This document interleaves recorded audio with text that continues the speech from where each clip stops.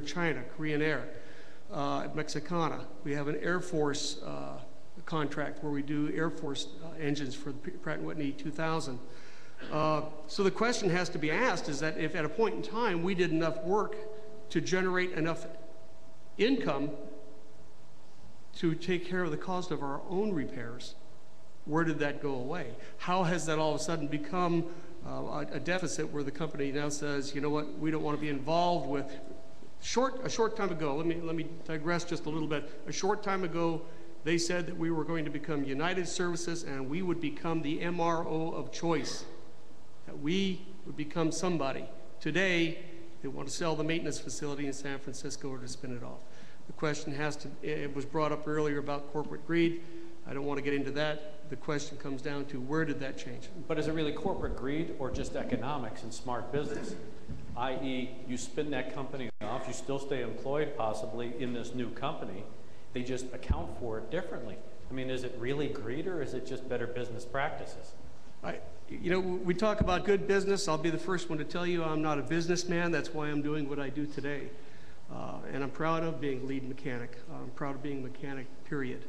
The fact of the matter is that we can call it good business, but the question needs to be asked is that in the light of American Airlines, who has found it to be a more prosperous way of doing business. In this airline industry, there's two things you absolutely have to have control over. You have to have control over your turn times and the quality of your work. And once you relinquish that to an outside vendor, you now become beholden to them. And that's something that United Airlines has given up. Let me throw one other thing in. Given the talk in the media lately about United merging with Continental and Delta and Northwest hooking up, do you see that presenting a problem and a compromise to safety because you have multiple maintenance philosophies that are now going to be merged? You know, I can't really tell you exactly what will come of that maintenance. Each airline generally has their own maintenance program that they need to follow per the FARs. That would need to be addressed at that time. There will be a commingling of maintenance programs to where all aircraft will have to be probably, I would assume, at one point in time, be done according to one particular maintenance plan. Who do you think, okay, and using that as part of the premise, we talked about this one level, this not, abolishing the double standard, coming up with a standard across the board. Who is going to make up that standard? Who is going to determine what the most appropriate standard is that we all will maintain our aircraft under, whether it's done here in the United States or abroad in a foreign repair station? Is it going to be Congress?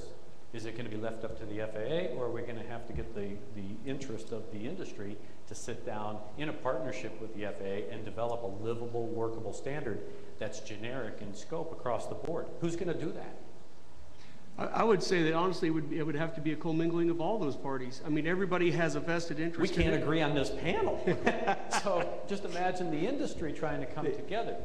And we're talking about, we need a solution now or in the near future. How do we make that happen? Or are there interim solutions right now that we can turn to? I mean, from Congress. They can throw money at the FAA and throw resources. You talked about staffing. How do we know how the staffing is going to be allocated? I mean, if the upper echelon at the FAA decides to take 50 people and put them in an administrative office rather than making them ASIs out in the field, then does that really accomplish the staffing mission? Well, that's where oversight comes in. And our committee is charged with overseeing the FAA. And so as FAA, just on the staffing in particular, as they go through and develop their methodology, we will of course probably have one of our IG or the GAO or someone go in after them to say, okay, what is it they decided to do? Do they think that's the right thing to do? Our job is to hold FASP to the fire when we've given them a mandate. They know this is an important issue. The IG testified at one of our hearings last week, and I think it was mentioned here earlier that more than 50% of FAA's inspectors are going to be eligible to retire in 5 years. Well, what are we going to do about that when they're stretched thin already? And so I think Congress's role in this case would be to oversee what FAA's done and how they decided to allocate staffing. How has the FAA reacted to that from your perspective as far as the inspector? How is it filtered down from what Congress has asked them to do? Well, their feeling right now is reflected in the president's proposed budget. 0 inspectors for the field. That's how the FAA reacts to this. We've got plenty of people. We just have to manage our resources better. And so that's their answer. How does Congress react to that kind of response? We were very disturbed about the 2009 budget and no allocation for safety inspectors.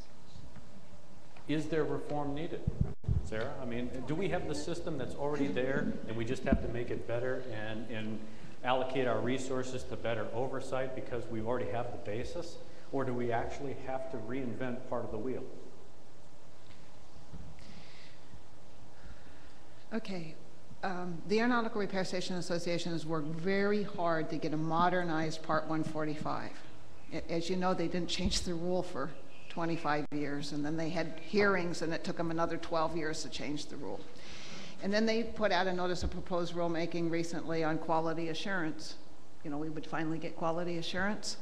And we suggested that we actually put it on the 121 side because, remember, God bless you, but contract maintenance doesn't just talk about airlines. We got, you know, a lot of general aviation in this country, and that's 100% contract maintenance. So we got to be able to balance those. I'm going to answer the question, honest. Just because I'm a female lawyer, I'll get around to answering the question here. So, do we need reform? We need education and we need stronger rules. So is that reform? Yes. If you want to call it reform, I'll call it reform, because I'm not going to ban through over those rules. Do we need to distinguish between air carrier requirements, which are the highest degree of safety, and general aviation requirements? I think it's time that we did that also. 80% of the repair stations in the United States are small businesses, so you got to be careful of that. I've got to be careful of that. And then the other side of it is my airline-supported repair stations, and they've got to stand up and do their job right. But it's easy for us to control what's here within our borders. But what happens when we're in China, we're in Malaysia, we're in... Remember, because is the automation of the FAA's process. We're moving towards safety management systems, which are a process which will review every mistake that's made, and will review the process before it's implemented as well, so that we could identify the problems as they come out of repair stations, assuming that we get the information from the repair stations. And you're not going to get the right information from a repair station if the airlines don't have somebody there to make sure that that's happening. Because we're all human beings. When I ran my piece of midnight shift, did I ever not report some things that went on? Oh, I'm sure you were perfect. I'm not going to answer that question, but all right. That's human nature. So the only way that we're going to be guaranteed that the data that's fed into the FAA's system, whatever SASO or SMS, the internal systems, is to make sure that somebody is there watching it. And you know, it's ironic that we're going through this process here, talking about this, and I can remember one major carrier, senior management, telling me when I was at the board that they had put their own inspectors in a repair station to do the buybacks for all the RII items.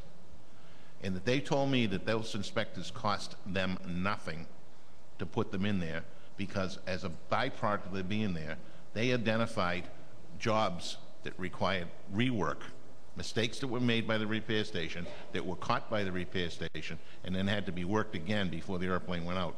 They did not pay for that rework. And the cost of that rework paid for those inspectors to be at that facility. But it seems like we've forgotten that, because we've taken them out of all the facilities.